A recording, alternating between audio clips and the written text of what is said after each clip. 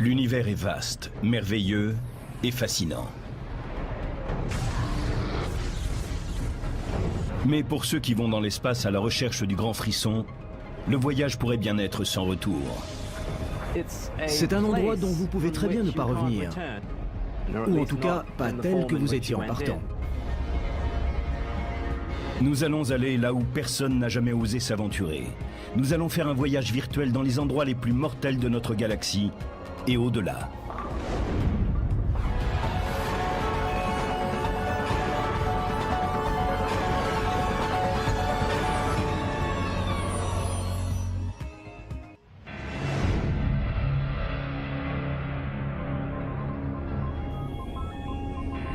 Partons pour une aventure aux frontières de l'ultime.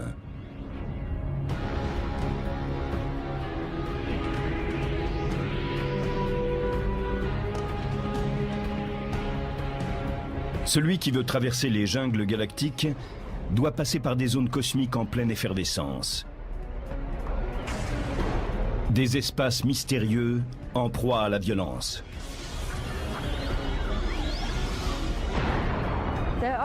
Ce sont en effet des endroits dangereux. On y trouve des phénomènes énergétiques beaucoup plus puissants qu'une bombe atomique en train d'exploser. Infiniment plus puissants. L'univers est un espace très brutal. Il semble déjà qu'il soit né d'une terrible explosion appelée le Big Bang, et toutes sortes de processus d'une grande violence s'y produisent.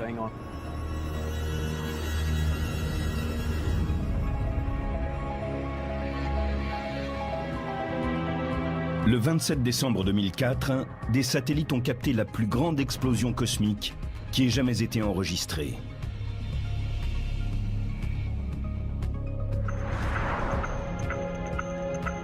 Située à 30 000 années-lumière, elle a eu le pouvoir d'altérer à un moment l'atmosphère supérieure de notre planète.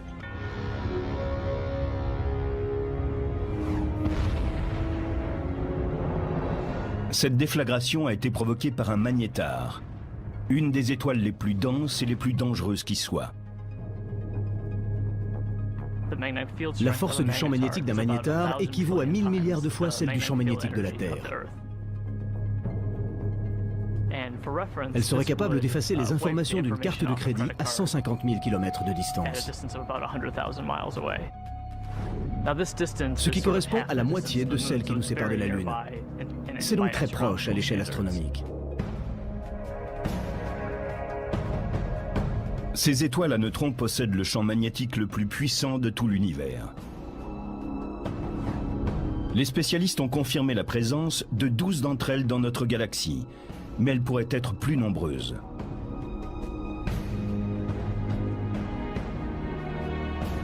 Brian Cameron, de l'Institut californien de technologie, le Caltech, scrute la Voie lactée à la recherche de ces objets étranges.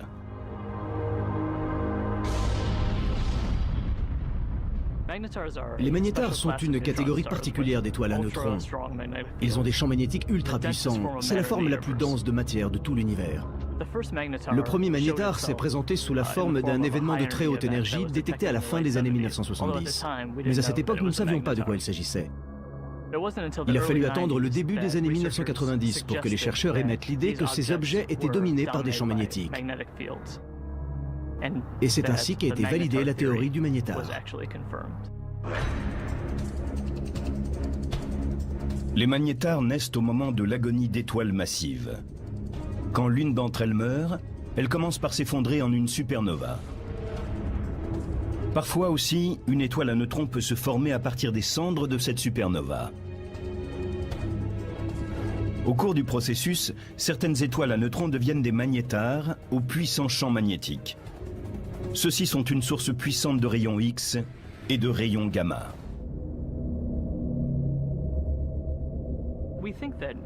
Nous pensons que les étoiles à neutrons ordinaires ont pour origine des étoiles dont la masse est 10 ou 20 fois celle du Soleil. Et nous avons la preuve que les magnétars sont nés d'étoiles sans doute plus massives, faisant 40 fois la taille du Soleil. Une étoile d'une telle masse serait trop lourde pour donner naissance à une étoile à neutrons. Au contraire, sa masse s'effondrerait en un trou noir.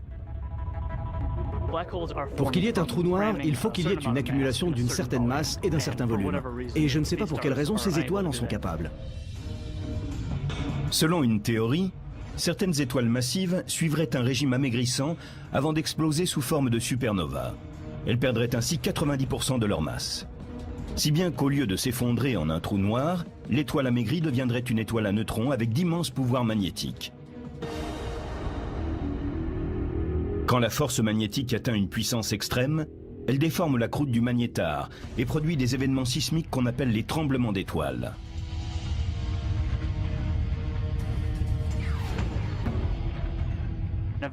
Finalement, cette croûte craque sous le choc. Et le champ magnétique se reconfigure en ayant un taux d'énergie plus faible. Quand cela se produit, une boule de feu est lancée par l'étoile sur son côté.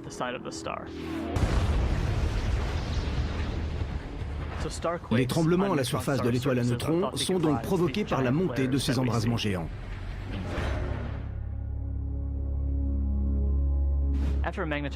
Quand un magnétar subit une de ces conflagrations, toutes les étoiles de la galaxie sont illuminées pendant quelques dixièmes de seconde.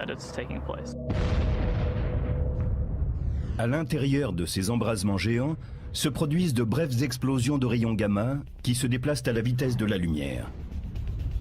Ces bouffées géantes d'énergie sont des explosions de rayons gamma. Elles durent moins d'une seconde. Et elles comprennent tout le spectre des rayons X, de couleur très dure par rapport à d'autres types d'explosions comme celle de rayons gamma.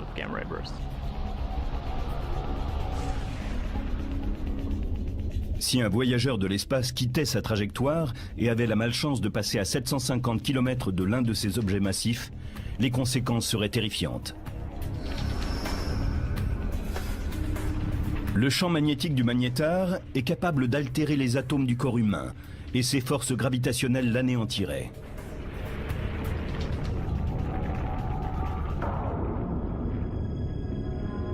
Mais à quelle distance un magnétar peut-il causer des dégâts dans notre système solaire?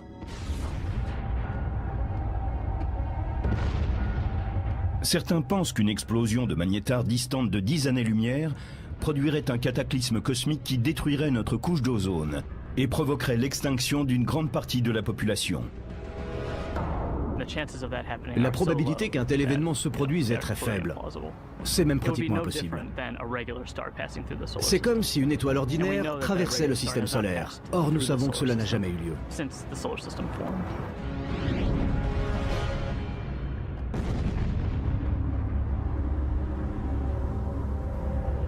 Les spécialistes pensent que les magnétars ont seulement quelques milliers d'années et qu'ils seront très affaiblis au bout de 10 000 ans.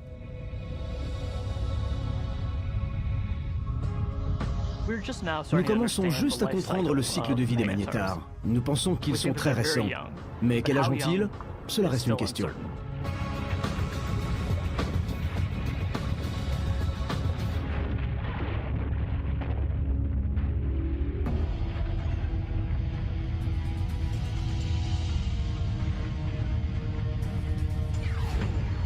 À côté des magnétars, les satellites et les observatoires terrestres ont remarqué dans l'espace d'autres objets violents.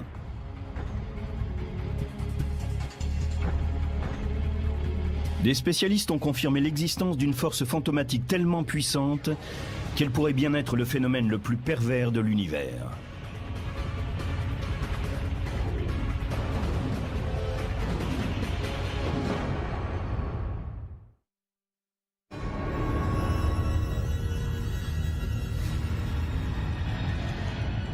Des voyous très discrets hantent toutes les galaxies. Ce phénomène très particulier déchiquette tout ce qui se trouve sur sa route et n'en fait qu'une bouchée. C'est l'un des phénomènes les plus bizarres et les plus destructeurs que l'on connaisse. C'est le trou noir.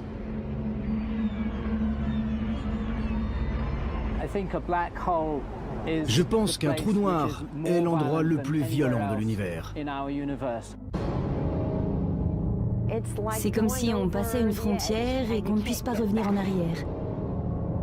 Ce doit être comme une attraction fatale.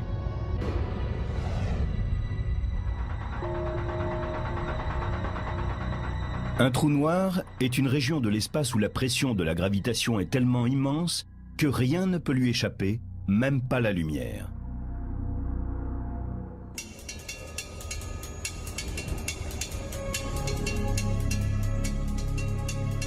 L'astrophysicienne et triathlète Feria Lozel tente de percer à jour les mystères qui entourent ces forces cosmiques insaisissables.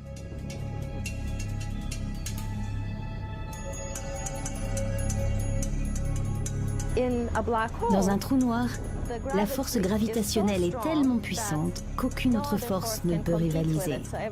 Et tout s'effondre en un seul point. Feria Lozel dit que tout ce qui s'approche d'un trou noir y tombera, victime des effets de marée implacables provoqués par la gravitation.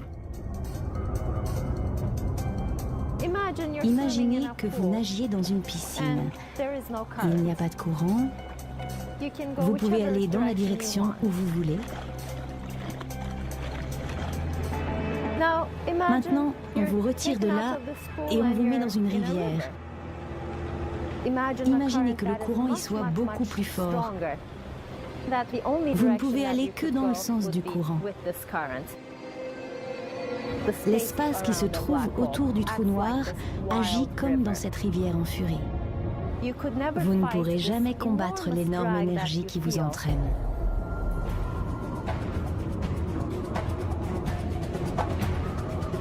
Quand un objet s'approche du bord, qu'on appelle l'horizon du trou noir, il atteint un point de non-retour. En vous rapprochant de l'horizon du trou noir, vous vous rapprochez de ce mouvement extrêmement rapide qui anime l'espace qui est en dessous de vous. À ce moment-là, la seule direction que vous pouvez prendre est celle du trou noir.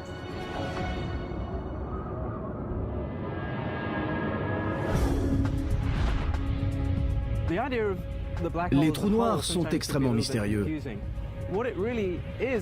C'est un endroit dont vous pouvez très bien ne pas revenir, ou en tout cas, pas tel que vous étiez en partant.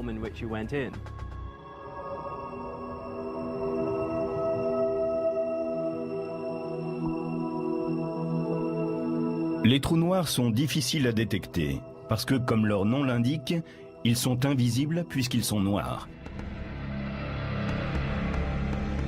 Mais les spécialistes les localisent quand ils s'aperçoivent qu'un objet, comme une étoile qui passe par là, est affecté par leur force gravitationnelle.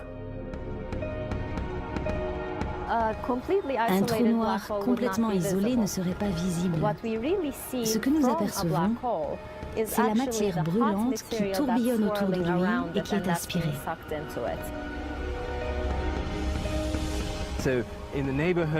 À la périphérie de ces objets très puissants, vous allez avoir tout un tas de radiations qui résultent du fait que le trou noir presse la matière, l'étire et la tord quand il l'absorbe. Les trous noirs avalent tout ce qui est à leur portée. Et il y en a des milliards qui rôdent dans l'univers.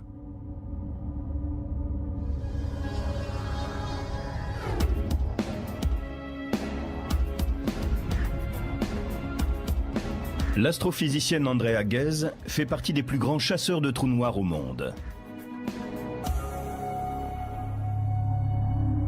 Les trous noirs ne sont pas très sélectifs. Ils vont se nourrir de tout ce qui passe à leur portée. Ils se délectent autant en aspirant des gaz qu'en avalant une étoile ou une planète. Quand l'un d'entre eux absorbe une étoile, il commence par la déchiqueter. Il la mâche comme un fou. Il l'étire, il l'épuise. Il l'entraîne comme dans un tuyau d'écoulement. Elle est complètement pulvérisée.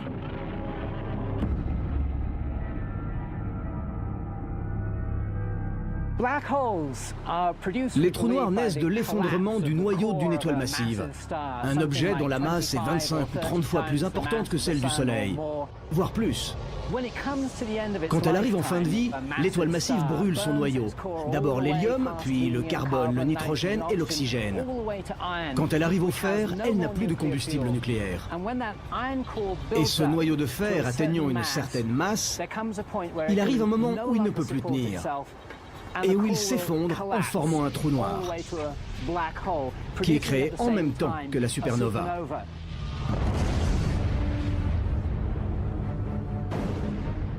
La supernova explose en émettant des quantités d'énergie, si bien que tout ce qui est à proximité est anéanti. Puis les débris de l'explosion tombent dans le trou noir qui vient de se former.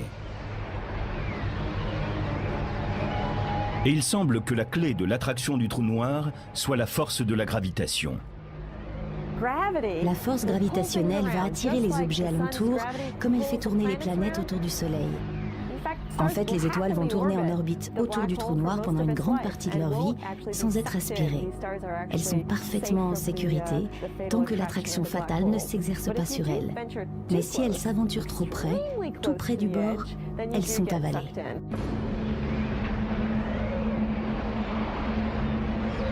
Les spécialistes pensent qu'il y a des millions de trous noirs incontrôlables dans notre galaxie, la Voie lactée. Et comme ils ne sont pas aisément détectables, qui sait s'il ne s'en trouve pas un juste à côté de notre planète? À quelle distance risque-t-on d'être absorbé par un trou noir? Être trop près d'un trou noir, c'est être à une distance équivalente à celle entre le Soleil et la Terre. Mais c'est sans doute encore trop proche. Pour les futurs voyageurs de l'espace, mourir dans un trou noir serait un mode très violent de disparition.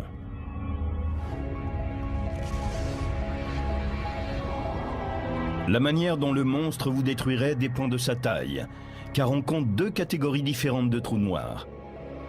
La plupart d'entre eux sont des trous stellaires, dont la masse est 5 à 30 fois celle du Soleil.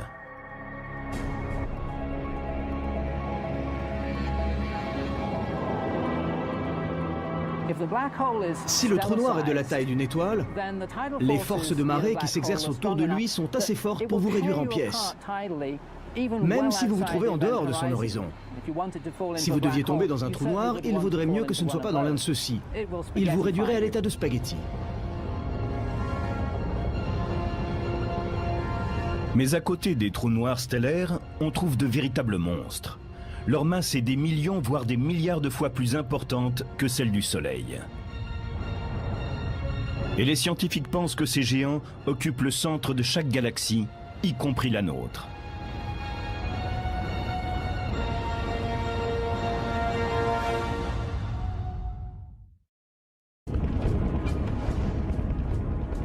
Les trous noirs font partie des curiosités les plus énigmatiques et les plus dangereuses de l'univers. Un trou noir a un appétit dévorant. Il aspire tout ce qui est sur sa route et recrache ce qu'il ne peut engloutir. Aujourd'hui, les scientifiques ont découvert qu'il y avait des trous noirs supermassifs, qui sont des millions de fois plus importants que leurs cousins stellaires.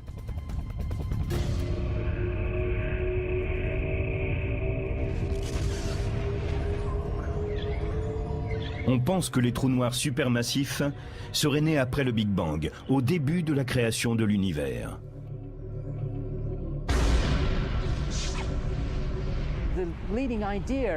À leur naissance, lors de l'effondrement du cœur d'une étoile massive, ils seraient nés sous forme de trous noirs stellaires. Puis ils auraient grandi en se nourrissant essentiellement du gaz d'autres galaxies, avec lesquelles ils seraient entrés en collision.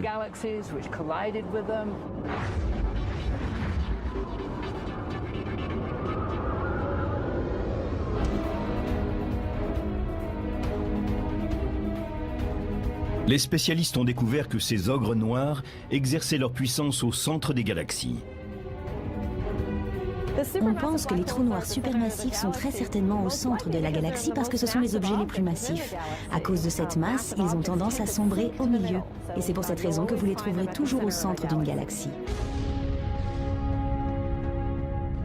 Pendant longtemps, les spécialistes ne croyaient pas à l'existence d'un trou noir supermassif dans notre Voie lactée.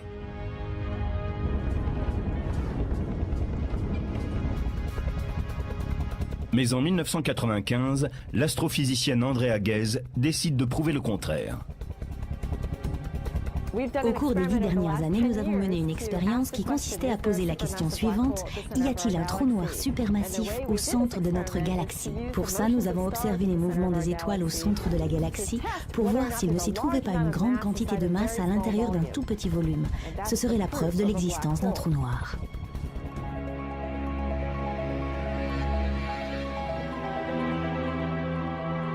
L'observatoire Keck à Hawaï abrite un des plus grands télescopes du monde. C'est là qu'Andrea Ghez a commencé à utiliser une technologie révolutionnaire appelée l'optique adaptative qui permet de capter des objets extrêmement éloignés. Sur cette première image, obtenue sans le secours de cette technique, on ne voit rien à l'intérieur de ce grand carré. Avec le système d'optique adaptative, on y aperçoit des étoiles. Cette région du ciel abrite celles qui sont la clé de notre expérience. Nous voulons voir comment elles se déplacent. Andrea Ghez a remarqué qu'un vaste amas d'étoiles tournait autour d'un objet invisible au centre de notre galaxie et qu'elle se déplaçait à une vitesse inhabituelle. Nous voyons que ces étoiles sont très près du centre et à l'aide de ce système, nous pouvons les observer. Elles tournent autour du trou noir, tout comme notre planète tourne autour du Soleil. Leur orbite nous indique où se trouve le trou noir.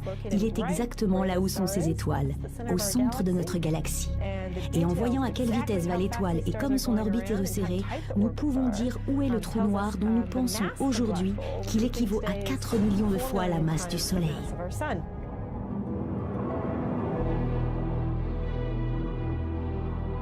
Andrea Ghez a accompli un véritable exploit en confirmant la présence d'un trou noir supermassif au cœur de notre galaxie. C'était très exaltant de découvrir ce trou noir supermassif au centre de notre galaxie. C'était la réponse à ce que nous cherchions. Nous avons posé la question « Y a-t-il un trou noir ?» et nous avons conçu une expérience qui a permis de le capter.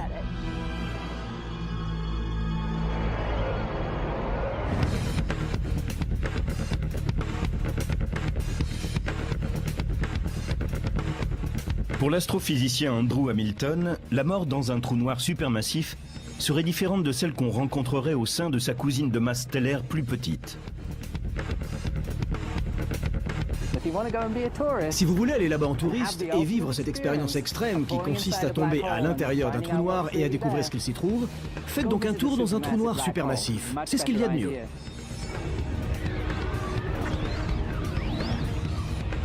Dans un trou noir stellaire, l'explorateur de l'espace serait mis en pièces avant même d'entrer dans le vortex fatal. Alors que dans le cas d'un trou noir supermassif, il tomberait d'abord en chute libre.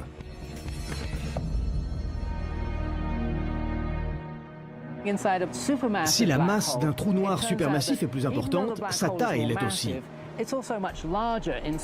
Ce qui signifie que les forces de marée sont assez faibles et que vous pourriez passer son horizon et tomber dans le trou noir sans être déchiqueté par l'effet de la force gravitationnelle.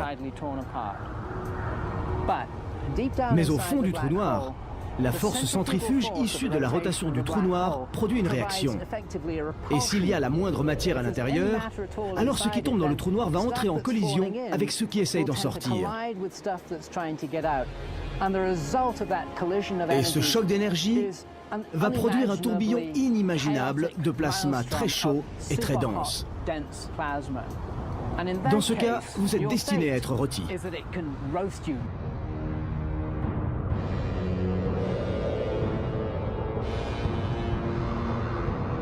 À partir de quelle distance des voyageurs de l'espace seraient avalés par un trou noir supermassif situé au centre de la galaxie? Pour un trou noir supermassif, il faudrait se situer entre 1,5 million et 1,5 milliard de kilomètres de lui pour sentir son influence.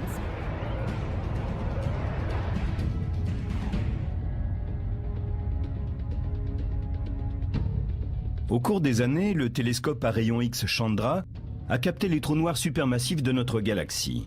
Il grignote de la matière cosmique, mais ne s'empiffre pas comme les autres trous noirs supermassifs. Comparé à d'autres, notre trou noir est aujourd'hui inactif. Notre galaxie n'a que peu de gaz en son centre. Aussi, n'a-t-il quasiment rien à se mettre sous la dent. Il ne mange pas grand-chose. Il est à la diète. Le trou noir supermassif de notre galaxie semble être réduit au jeûne. Ceci est en partie dû au fait qu'en vieillissant, la galaxie a de moins en moins de matière à lui fournir.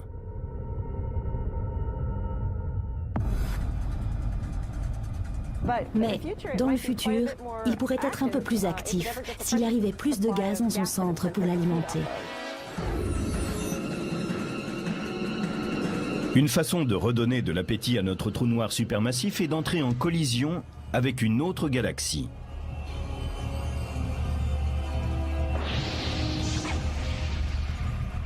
Cela vous semble-t-il impossible? À 2 millions d'années-lumière de là, notre voisin le plus proche, la galaxie d'Andromède, se dirige vers nous à la vitesse de 110 km par seconde, ou 400 000 km/h.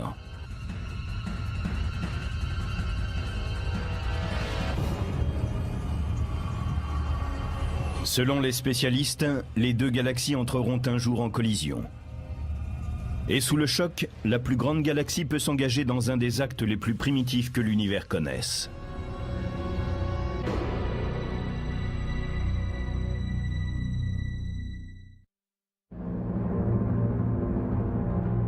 C'est l'un des rituels les plus barbares en vigueur dans l'espace. Une galaxie plus vaste peut en dévorer une plus petite qu'elle.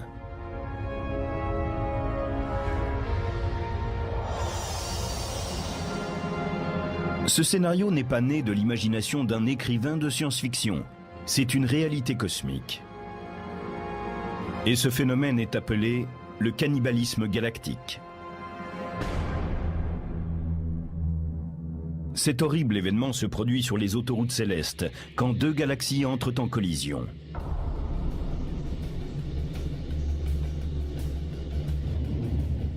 Elles peuvent alors se mélanger au cours d'une fusion barbare.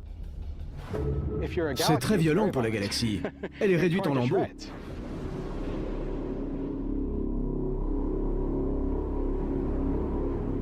Joshua Barnes étudie la fusion des galaxies. Tel un enquêteur sur une scène de crime, il affirme que ses recherches démarrent un peu comme l'analyse d'un accident automobile. Imaginez que vous arriviez sur le lieu d'un accident de la circulation.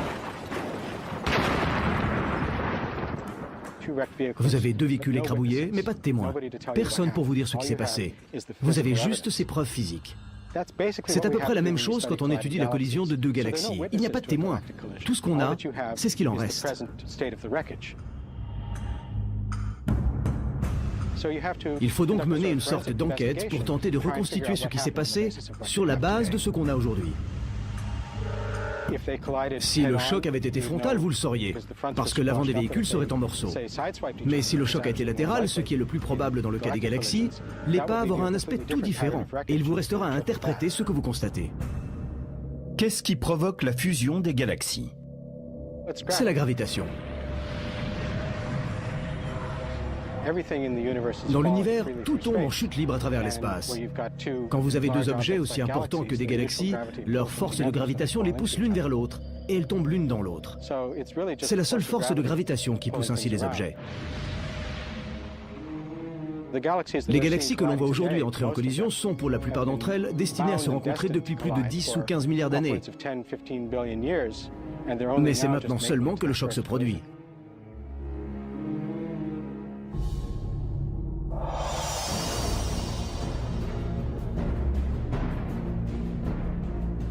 Notre galaxie, la Voie lactée, se dirige vers sa plus proche voisine, Andromède. Toutes deux sont des galaxies de forme spirale, mais Andromède a une masse 2 fois plus importante, avec un trou noir supermassif équivalent à 30 millions de soleils.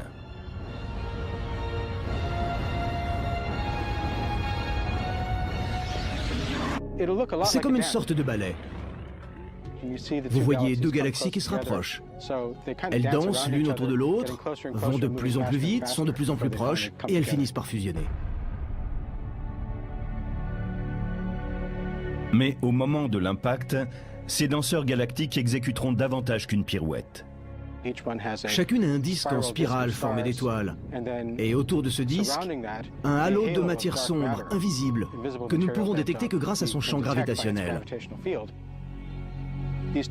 Ces deux halos sombres, plus larges, vont se chevaucher quand les galaxies vont se croiser. En général, quand elles s'enroulent l'une autour de l'autre tout en se rapprochant, on finit par ne plus pouvoir les distinguer et leurs noyaux fusionnent.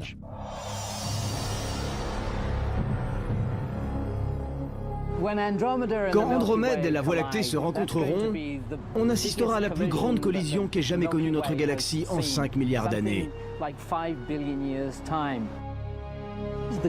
La bonne nouvelle, c'est que dans le système solaire, nous sommes aux premières loges.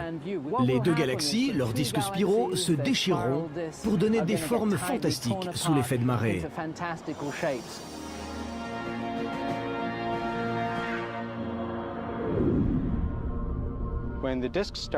Quand les disques commencent à se rapprocher l'un de l'autre, ils libèrent de longs serpentins d'étoiles qu'on appelle les queues de marée. Le Soleil et le système solaire devraient être à l'abri. Mais c'est difficile à prévoir. Nous pourrions avoir la chance d'être sur une de ces queues de marée et avoir une vue d'ensemble de tout le processus en passant à côté. Ou alors nous pourrions être projetés en orbite et plonger vers le centre des galaxies en train de fusionner. Nous n'avons aucun moyen de le savoir.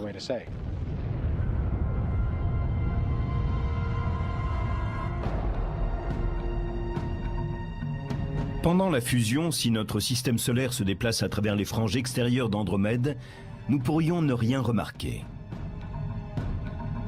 D'un autre côté, de nombreuses étoiles et du matériau spatial pourraient être propulsés en direction des planètes et venir perturber leur orbite autour du Soleil. Toute la galaxie pourrait même devoir affronter un cataclysme cosmique. Cela pourrait avoir des conséquences non moins dangereuses. La première d'entre toutes pourrait être l'apparition de nombreuses formations d'étoiles à la suite de la fusion. Actuellement, la Voie lactée et la galaxie d'Andromède sont emplies de gaz stellaire, la matière brute d'où naissent les étoiles. La fusion signifierait qu'un plus grand nombre de supernovas passerait dans notre voisinage. Et cela pourrait créer des ondes de choc, des explosions de rayons cosmiques qui auraient de graves conséquences.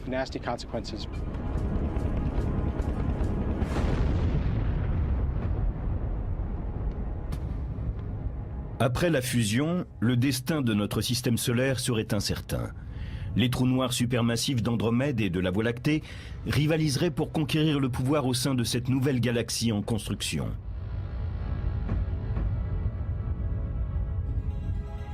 Quand elles fusionneront, elles donneront naissance à une nouvelle galaxie.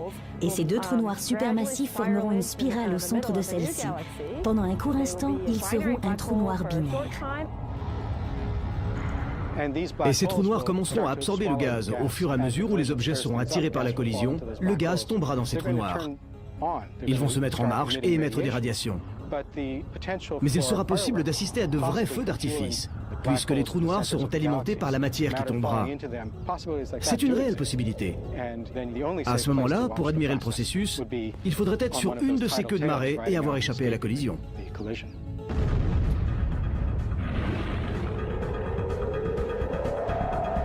Certains spécialistes pensent que le vaste trou noir supermassif d'Andromède consumera la Voie lactée. Les deux trous noirs vont former au centre une spirale et devenir un trou noir binaire, avant de fusionner l'un avec l'autre pour devenir un trou noir supermassif encore plus grand.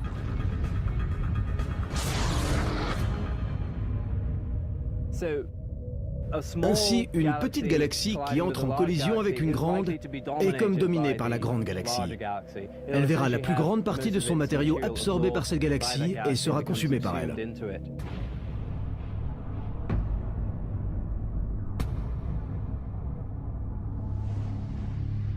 Pour les spécialistes, ces fusions de galaxies constituent le mode de vie de l'univers. Les galaxies contemporaines, y compris la Voie lactée, se sont agrandies en avalant de plus petites galaxies. La Voie lactée possède un renflement central composé d'étoiles qui sont probablement les vestiges d'une collision ancienne.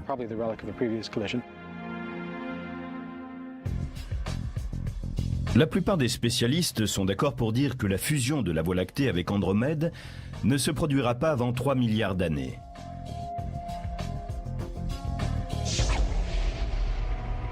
Mais il peut y avoir des dangers plus immédiats. Nous avons à des millions d'années-lumière des voisines, des galaxies hyperactives qui sont particulièrement violentes.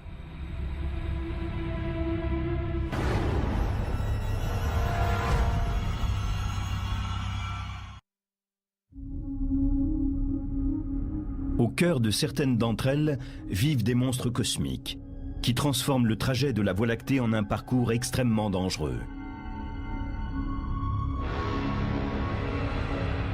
Les quasars sont des objets bizarres. Leur puissance leur vient d'un trou noir supermassif qui avale en permanence de grandes quantités de matière, plus de 10 à 20 étoiles chaque année. Au cœur de ces objets vit un grand trou noir.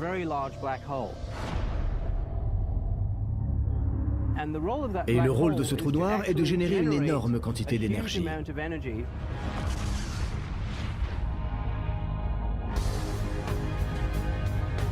Les quasars sont les mécanismes les plus efficaces du cosmos.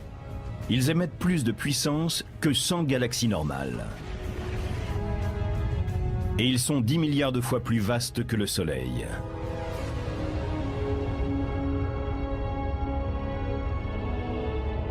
Mais comment naissent les quasars?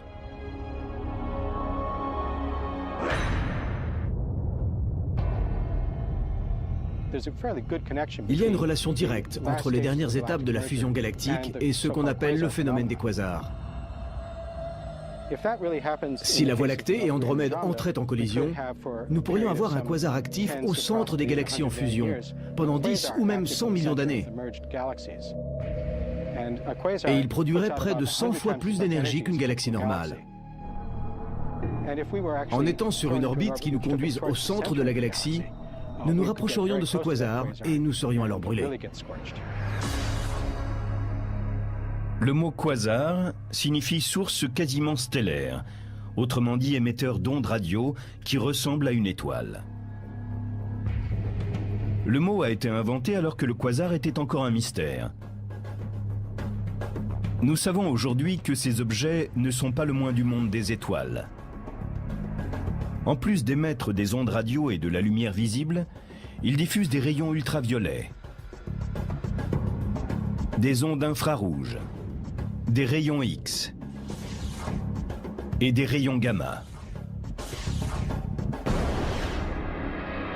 Ils sont tous mortels si l'on s'en approche trop.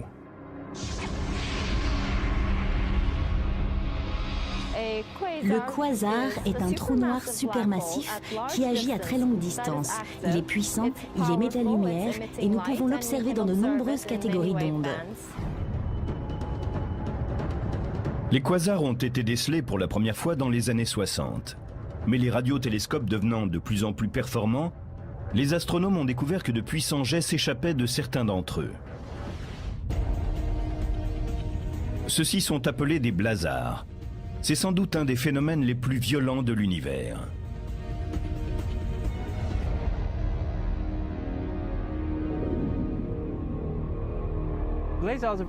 Les blazars tirent leur puissance des trous noirs comme les quasars, mais en même temps ils sont différents.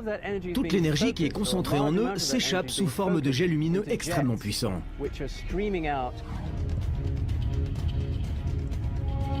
Le jet de plasma du blazar produit une radiation sous forme d'onde couvrant un spectre qui va de l'onde radio jusqu'au rayon gamma.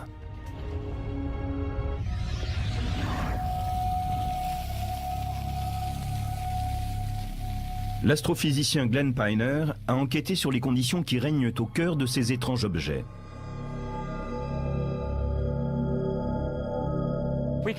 Nous pouvons utiliser cette fontaine pour visualiser la forme d'un blazar. La base circulaire de la fontaine représente le disque d'accrétion. Le jet d'eau qui en sort représente le jet de plasma qui s'échappe du blazar. Si la planète Terre était dirigée vers l'endroit d'où sort l'eau, nous pourrions apercevoir un blazar. Pour un astronome, c'est comme fixer une lance à incendie. Vous êtes littéralement ébloui quand vous tentez de regarder cet objet qui flamboie et qu'on appelle un blazar. Les jets du blazar se déplacent exceptionnellement vite. Les plus rapides que l'on ait observés se déplacent à 99,9% de la vitesse de la lumière. Si vous prenez un petit objet comme cette boule de bowling et que vous voulez l'accélérer jusqu'à 99,9% de la vitesse de la lumière, vous auriez à lui fournir toute l'énergie produite dans le monde en une semaine pour lui impulser cette vitesse.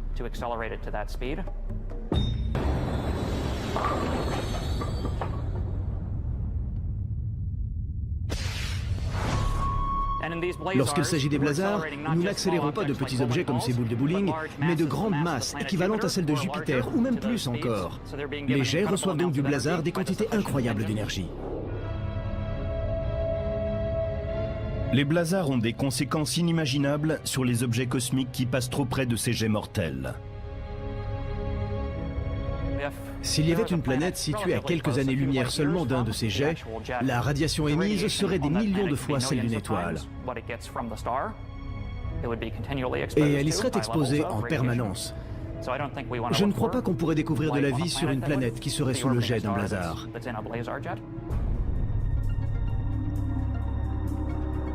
À l'heure actuelle, les spécialistes réunissent les radiotélescopes du monde entier pour disposer du grossissement nécessaire pour zoomer sur le jet d'un blazar. Pour vous donner une idée de ce dont nous avons besoin, il faudrait atteindre un grossissement qui permettrait de lire de New York le journal que quelqu'un tiendrait à Los Angeles. Nous aimerions voir le trou noir le plus près possible pour expliquer la façon dont ces jets sont accélérés et portés à de telles vitesses. Et nous aimerions aussi savoir de quoi exactement sont faits ces jets, car nous l'ignorons encore aujourd'hui.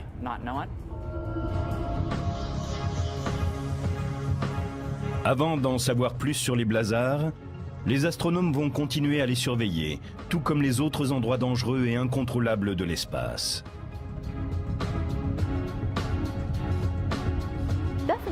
Il est vrai que des événements violents se produisent dans l'univers. Cela représente énormément d'énergie, beaucoup plus que tout ce que nous pouvons imaginer sur Terre. C'est comme si des milliards de soleils brillaient en même temps. Voilà la quantité d'énergie dont nous parlons. Mais le fait que nous en soyons très éloignés contribue à la survie des espèces. Si nous voyagions